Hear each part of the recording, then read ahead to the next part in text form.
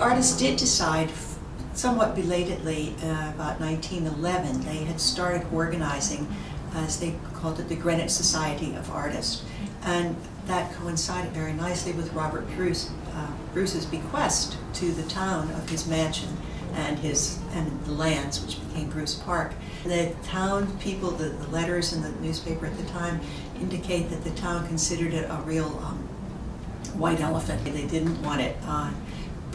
So the Greenwich Society of Artists decided, well, okay, they were going to start having exhibitions.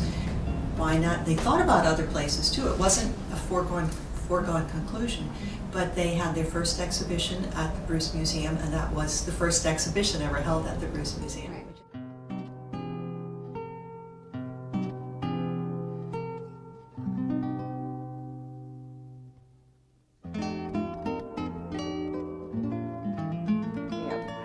At the time, the first president was Edward Clark Potter, the sculptor of the Lions in New York, and he then was succeeded by Leonard Ochtman, who became president in 1919 and served as president for a very long time until 1933. And it was really Leonard Ochtman who really got the museum art exhibitions going. He basically served as the museum's first art curator, and he advised the museum in art purchases. He really put on wonderful exhibitions at the Bruce.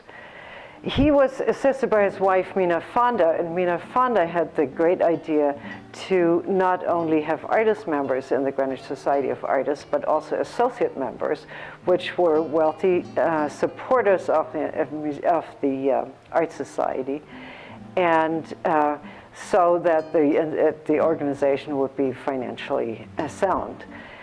And later on, the two were also supported by their daughter, Dorothy Ochtman.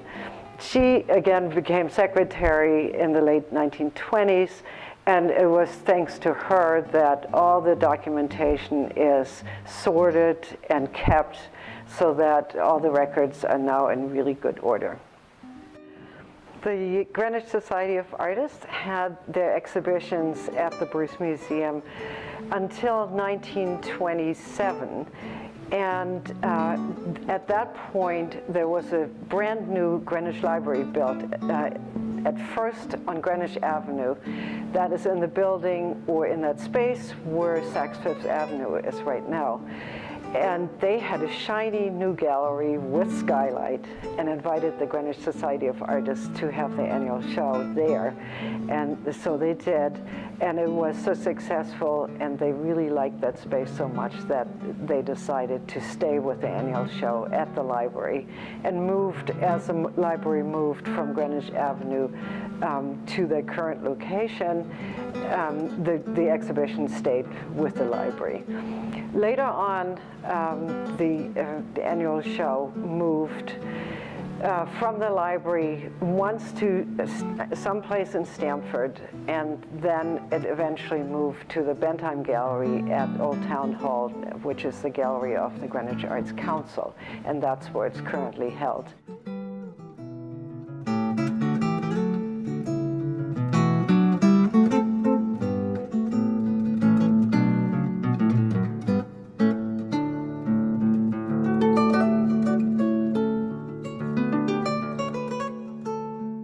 But the first show was at the Bruce Museum, and this is something that we are very proud to be celebrating from February to April with our exhibition there. And not only is the Art Society very closely integrated with the Greenwich Historical Society and the Bruce Museum, but we also have annual shows at the Bentheim Gallery through the Greenwich Arts Council, and at the Greenwich Library when they had their old Hurlbut Gallery, and now in the Flynn Gallery. So when I came, I found myself not only a part of an art society, but really a part of the whole Greenwich community. And it was exciting and gratifying to make new friends with similar interests.